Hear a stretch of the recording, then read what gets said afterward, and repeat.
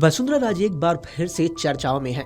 इस बार किसी बयान को लेकर नहीं, बल्कि बांसवाड़ा में सभा के बाद प्रधानमंत्री और उनके बीच मुलाकात को लेकर। सभा के बाद प्रधानमंत्री नरेंद्र मोदी मंच पर मौजूद नेताओं का अभिवादन करती हुई गुजर रही थी, लेकिन वसुंधरा राजे के नजदीक जाते ही वे कुछ पल के लिए रुक गए। दोनों नेताओं के बीच कुछ बातचीत हुई, कुछ सेकंड के लिए सही, लेकिन बातचीत हुई। फिर यही बातचीत का वीडियो अब सोशल मीडिया पर सुर्खियां बटोर रहा है।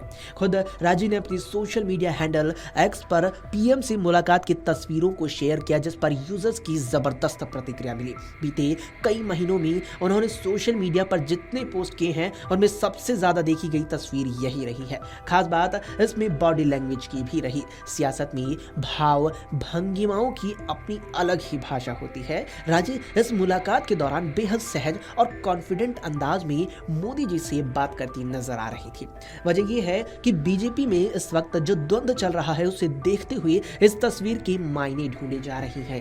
बिहार चुनाव के बाद बीजेपी को अपना राष्ट्रीय अध्यक्ष का चेहरा घोषित करना है। इस पद के लिए कई बड़े चेहरों के नाम दावेदार की कतार में है। उनमें से वसुंधरा राजे का चेहरा सबसे मजबूत नजर आता है, लेकिन भजन लाल शर्मा को सीएम बनाए जाने के बाद राजे और दिल्ली के बीच दूरियां काफी बढ़ गई थी। लोकसभा चुनावों के दौरान राजस्थान में मोदी की सभाओं से वसुंधरा राजे की दूरी ने उनके सियासी भविष्य को लेकर सवाल तक खड़े कर दिए थे। लेकिन पिछले कुछ अरसे से राजे और बीजेपी आलाकमान के बीच नए समीकरण बनते दिख रहे हैं। ये किस नतीजे पर पहुंचेंगे ये तो वक्त ही बताएगा, लेकिन वसुंधरा राजे को लेकर सिर्फ बीजेपी ही नहीं बल्कि कांग्रेस के सियासी गलियारे भी खूब चर्चाएं गूंज रही हैं।